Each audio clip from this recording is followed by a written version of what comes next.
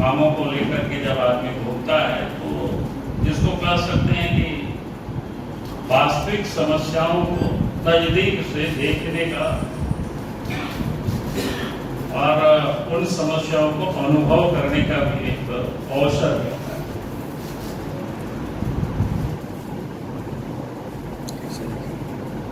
थोड़ा लंबा होगा लेकिन एक दो बात मैं कहूंगा कि आप सबने देखा होगा कि इस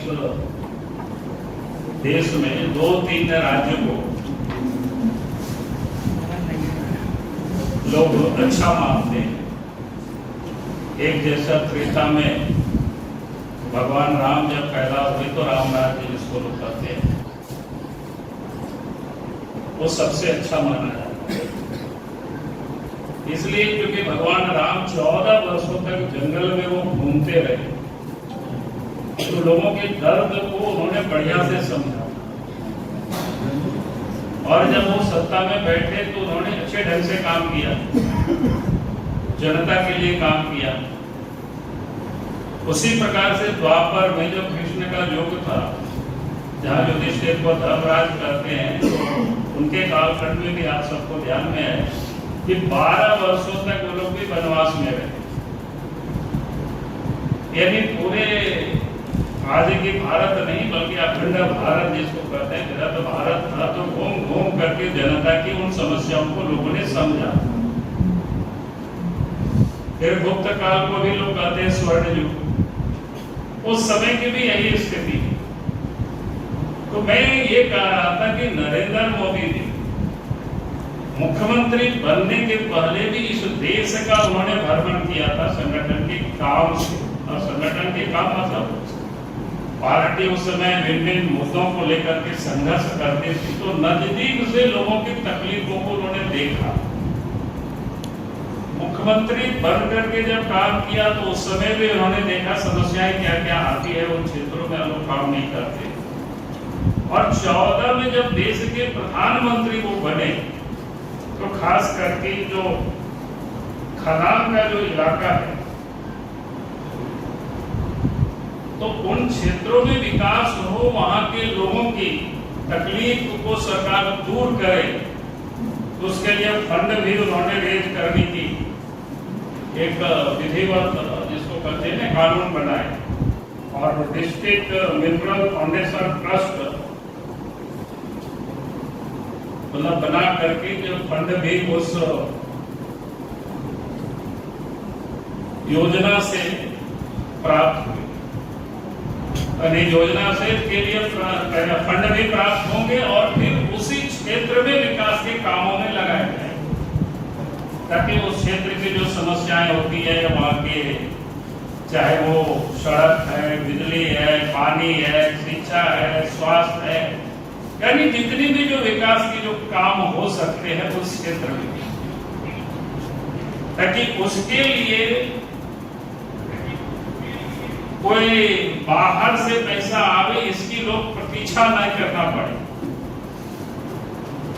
लेकिन आज मतलब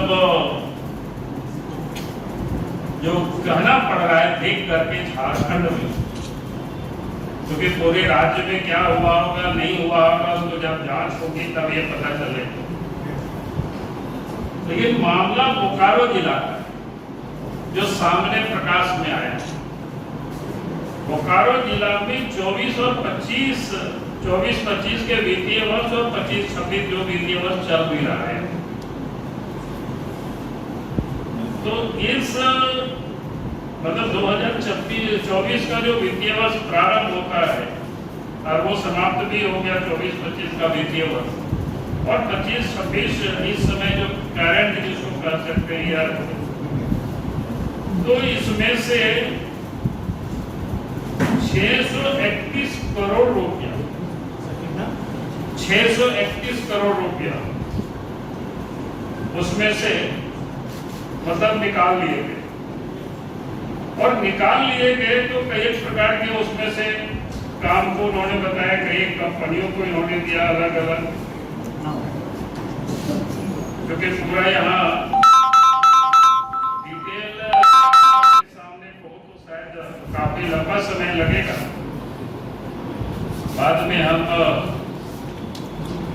आप सब लोग ले लेंगे। ऐसी पूरा क्या बोलते हैं उससे संबंधित जो फाइल है वो 205 पृष्ठ का,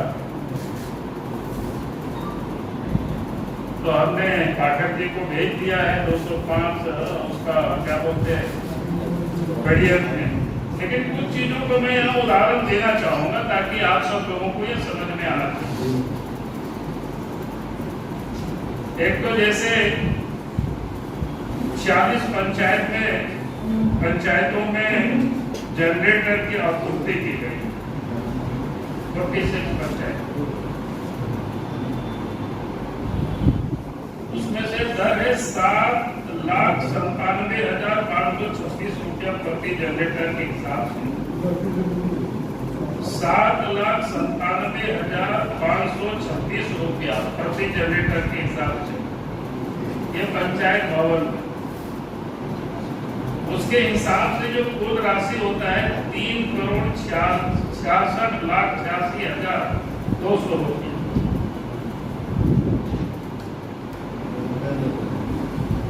उसका अगर बाजार में जो हमने पता करवाया कि अच्छी कंपनी जैसे अशोक लेलर जैसे कंपनी है 15 kVA का, वो 3,07,000 में मिल जाता है। किर्लोस्कर कंपनी का 4,02,000 में मिल जाता है।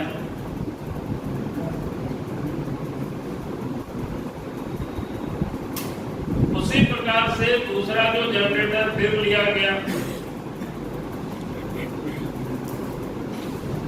31 जनरेटर फिर लिया गया, वो 12,28,000 रुपया, 12,28,341 रुपया प्रति जनरेटर के हिसाब। उसका कुल राशि 3,80,000 3,80,78,600 रुपया। अब ये नहीं केवीए का इसमें नहीं है, वो तो जांच होगा तब पता चलेगा। मैंने कहा कि स्कूल में पंचायत भवन में तो कोई जनरेटरी का रूप है, बड़ा की जरूरत भी नहीं रहता। उसमें से जो हमने कहा कि बाजार में जब कीमतों का हमने पता कराया कि अशोक लेलैंड कंपनी का, किर्लोस्कर का, उसका रेट क्या है, वो मैंने आपको बताया क्योंकि ये बेस्ट कंपनी जो माना जाता है। आप कौन का वहां लगाया है ये तो उतना वो दे नहीं रहा है, लेकिन जब जांच होगी तो सब कुछ पता चलता है। तो कहने का अर्थ इस प्रकार से पैसे की लूट हुई है, ये इसका एक छोटा सा नमूना है। उस प्रकार के फिर कई एजेंसी को भी दिया है, जैसे डिजिटल नेट्स करता है आंगनबाड़ी, 1666 आंगनबाड़ी केंद्र की डिजिटल नेट्स, तो उसकी कीमत मतलब जो इतना जो परचेज किया है प्रति डिजिटल नेट्स की कीमत 1,25,788 रुपये। ये कुल मिलाकर के 20,95,52,808 रुपये। अब कौन वहां खरीदा है क्या खरीदा है पता नहीं, लेकिन बाजार में जो और हमने पता किया कि भाई कौन कौन नेट्स का क्या कीमत होता है। जैसा फर्स्ट CRY 3,500 रुपया उसका मूल्य है।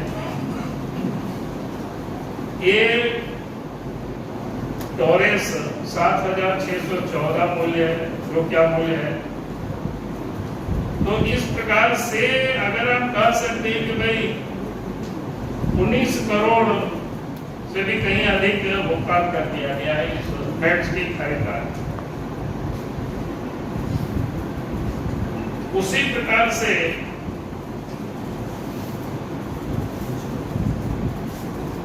क्या बोलते हैं टेब लैब होता है। अब ये क्या होता है टेब लैब पता नहीं, उसको भी 60 स्कूलों में दिया गया है। उसका 8,30,130 रुपया प्रति यूनिट के हिसाब से कुल 4,98,00,00 7,800 रुपये। और उसी लेब को कुछ दिनों के बाद फिर उसी एजेंसी को दिया जाता है टेंडर, और 20 स्कूलों में फिर टेब लैब लगाने का आदेश दिया जाता है।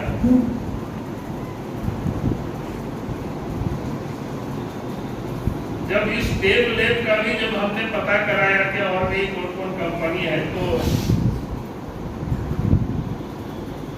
उसका जो लेनोवो है तो 2,32,000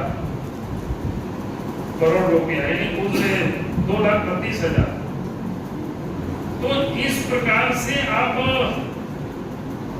इस स्कूलों में फिर टेब लैब जो 24,95,700 रुपया प्रति लेब के हिसाब से, यानी एक ही कंपनी को फिर आदेश दिया जाता है और फिर कीमत इस प्रकार से भाग जाता है। कुछ उसका ये सारी चीजें जब जांच होगी तब ये पता चलेगा पूरे मामला। उसी प्रकार से मास लाइट भी लगाया गया है, हाई मास लाइट जो लगाते हैं बड़े बड़े, पूरे शहर में 187 जगह पर लगाया गया है। तो 187 जगह जो लगाया गया उसका रेट है 7,30,628 रुपया की दर से खरीदा गया। अब कौन कंपनी का क्या कर रहा है वो जांच होगा तब पता चलेगा, लेकिन बाजार में हमने पता करवाने की कोशिश किया। ऑप्टो लेड 1,52,000 रुपया उसका अधिक मूल्य है। जेरेडा जो हाई मार्च लगाता है उनका जो रोड पर जो लगाता है उनका 2,35,000। तो इसके हिसाब से अगर हम लगाते हैं तो लगभग 12-13 करोड़ रुपया अधिक भुगतान कर दिया। फिर लेड फैन वगैरह की उपयोगिता क्या है पता नहीं। एलईडी जो फैन होता है इसकी उपयोगिता क्या है, इसका क्या बोलते हैं उसको, डीएमएटी फंड का उसमें उपयोग किया जा सकता है नहीं किया जा सकता है, उसका भी जो पूरा नियमावली रूल्स है आप सब लोग उसको भी अध्ययन कर सकते हैं बढ़िया से, नेट में सब कुछ उपलब्ध है। उसमें 16 सेट खरीदा गया है।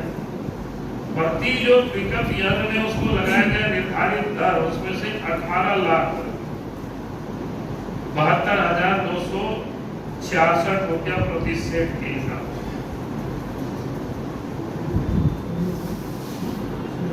और उसमें से भुगतान किया गया 2,93,256 रुपये।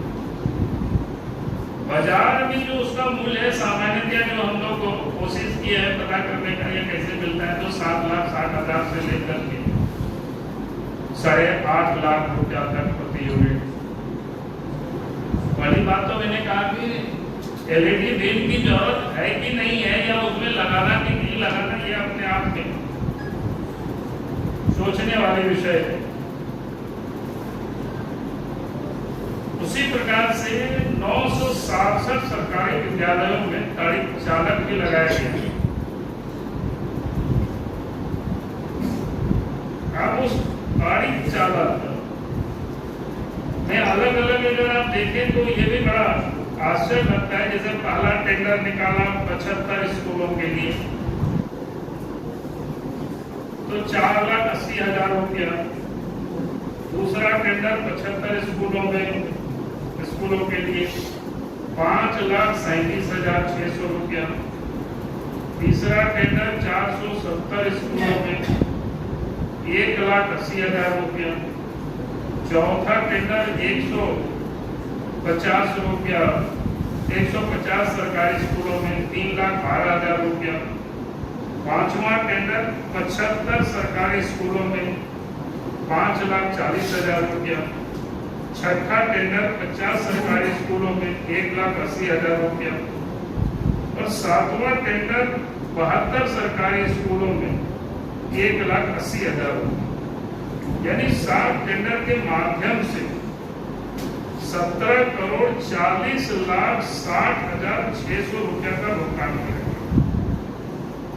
बाजार की जो दर को पता करने की कोशिश की है तो कार्ले कंपनी का जो गाड़ी चालक है तो 32,000 रुपया प्रति यूनिट उसका अधिकतम रेट है।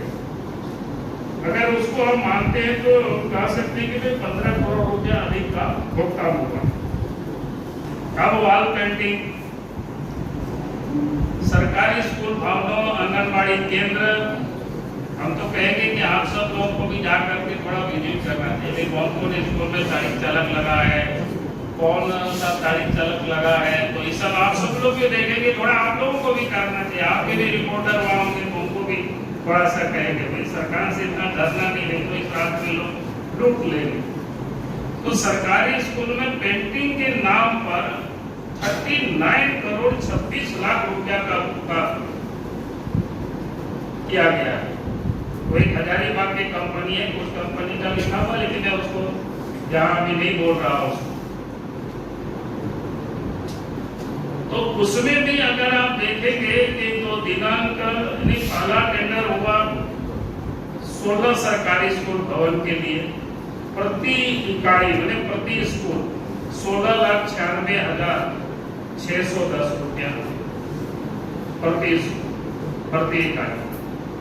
दूसरा टेंडर हुआ तो 180 सरकारी स्कूल भवन के लिए 7,49,281 रुपया प्रति इकाई। तीसरा टेंडर हुआ 26 सरकारी स्कूल भवन के लिए 18,88,213 रुपया प्रति इकाई। अब बाजार दर पर अगर देखा जाए तो प्रति स्कूल भवन के वॉल पेंटिंग का खर्च 42,000 से लेकर के 55,000 रुपया तक और आंगनबाड़ी में 28,000 रुपया तक आता है। लेकिन इन्होंने क्या किया, 4 टेंडर में मतलब 9,19,87,716 रुपया इसको कह सकते हैं कि एक प्रकार से अधिक भुगतान किया। उसी प्रकार के सौर ऊर्जा संचालित पंप लगा है कि नहीं लगा वो तो जांच का विषय है, लेकिन मैं तो यहाँ कह रहा हूँ कि ये मूल्य किस प्रकार से इन लोगों ने लूटा है। पहला टेंडर हुआ 2 HP मैंने पंप सेट है, सौर ऊर्जा से जो संचालित होता है 2 HP 18 जगह का प्रति यूनिट 7,61,980 रुपये। दूसरा टेंडर है 2 HP 41 जगह प्रति यूनिट दर बढ़ गया 8,85,914 रुपये। जैसे लोबी है एक कंपनी LUBI 1,12,000 2 HP का। सोलरेटिव है 1,30,000 3 HP का। CRI है 1,70,000 5 HP का। तो इस प्रकार से आप देखेंगे तो यहाँ 13,35,818 रुपया का भुगतान किया। यानी बाजार का जो मूल्य है उससे भी 6 से 8 गुना अधिक कीमत लगाया गया। फिर आप देखेंगे स्कूलों में मॉडलर किचन के नाम पर भी बहुत बड़ा घोटाला। मॉडलर किचन क्या है, प्रति स्कूल पहला टेंडर हुआ है 73,71,228 रुपये। दूसरा टेंडर हुआ है प्रति स्कूल 65,57,240 रुपये। तीसरा टेंडर हुआ 69,08,714 रुपये। चौथा टेंडर हुआ 72,20,164। पांचवा टेंडर हुआ है 59,64,000 प्रति स्कूल। न्यूनतम 59,54,000 और अधिकतम 73 लाख कितना भुगतान किया। बाजार दर की पता करने की कोशिश इसलिए कि भाई उस मॉडलर का किचन को जो बनाता है उसमें से तो 6 से 8 लाख रुपया प्रति स्कूल लग सकता है, और जितना लगाए तो उतना में तो लगता है कि नया नया बढ़िया बढ़िया बिल्डिंग बन जाएगा।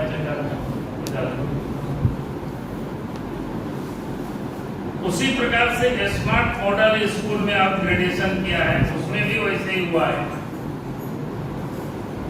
पैसा इन सारे चीजों में लगाना कि नहीं लगाना है वो डीएमटी फंड का वो अलग विषय, कहाँ कहाँ लगाना चाहिए, प्रायोरिटी हमें कहाँ देना चाहिए और कहाँ ये लोग कर रहे हैं। तो हमने कहा कि भाई ये जो मॉडल स्कूल अपग्रेडेशन में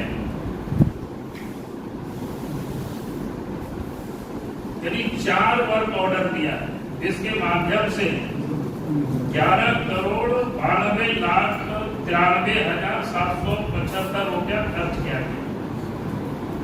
4 टेंडर में एक समान कार्य के लिए निर्धारित खर्च से अधिक राशि खर्च की गई। यानी सब जगह यहाँ भी उसी प्रकार से अलग अलग है।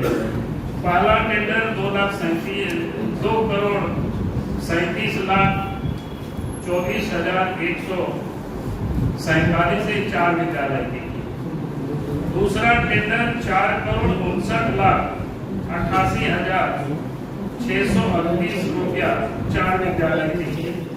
तीसरा टेंडर 4,28,25,497 रुपया 3 विद्यालय के लिए। और चौथा टेंडर 67,55,500 रुपया 1 विद्यालय के लिए। यानी मॉडल स्कूल अपग्रेडेशन में प्रति विद्यालय का खर्च अपग्रेडेशन में 5 से 6 लाख 6.5 लाख रुपया आता है। लेकिन यहाँ 12 आवासीय स्कूलों में जो अपग्रेडेशन में 11,93,00,000 रुपया खर्च कर दिया गया। उसी प्रकार से छात्रों के लिए कोचिंग, कौशल विकास, प्लेसमेंट मैंने नियोजन में भी बड़ा घोटाला हुआ है।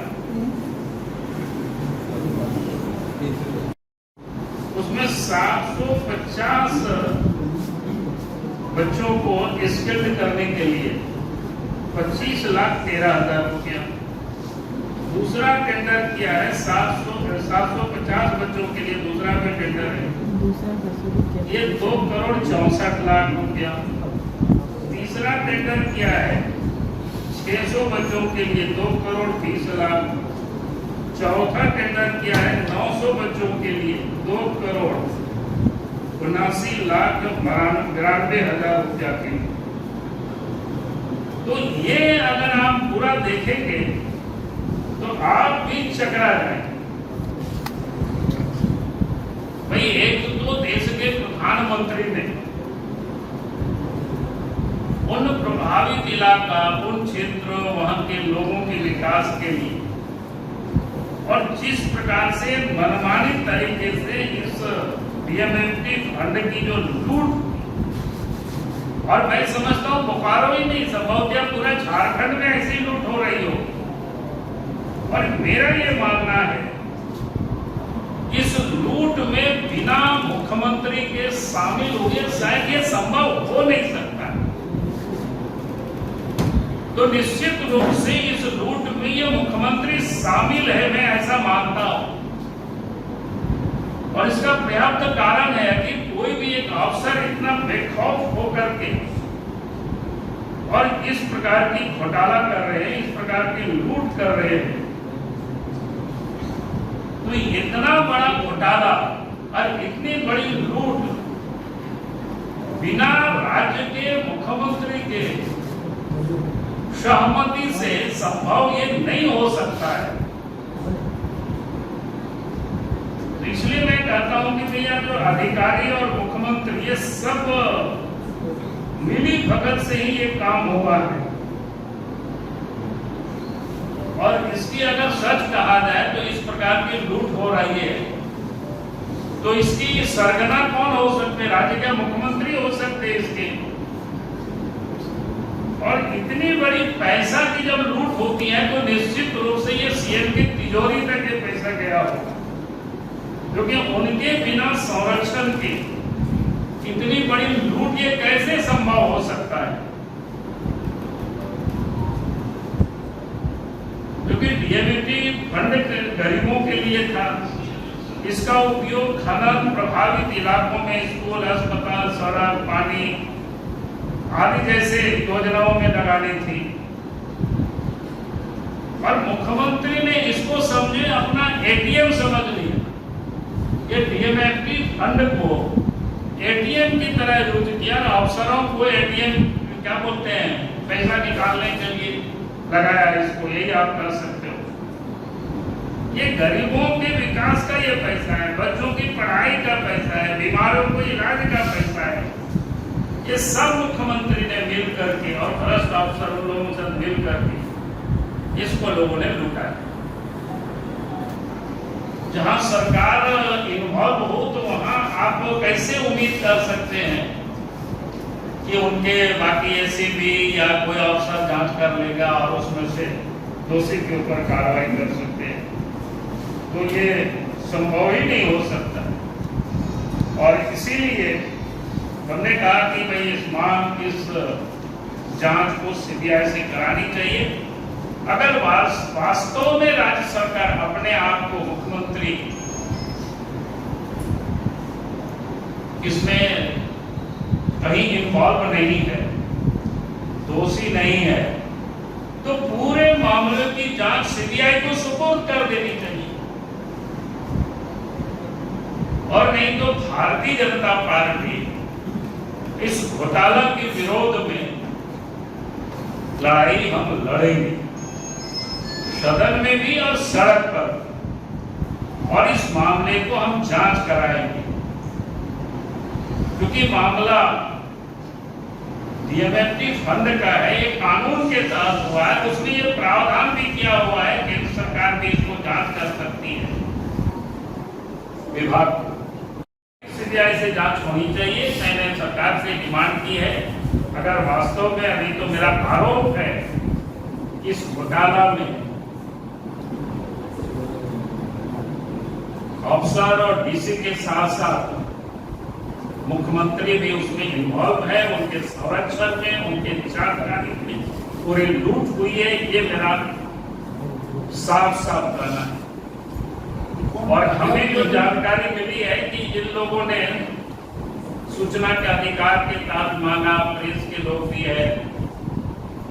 कल कोई मधुकर नाम करके व्यक्ति हमको टेलीफोन किया था, बोला कि नहीं सर हम लोगों को धमकी दिया जाता है।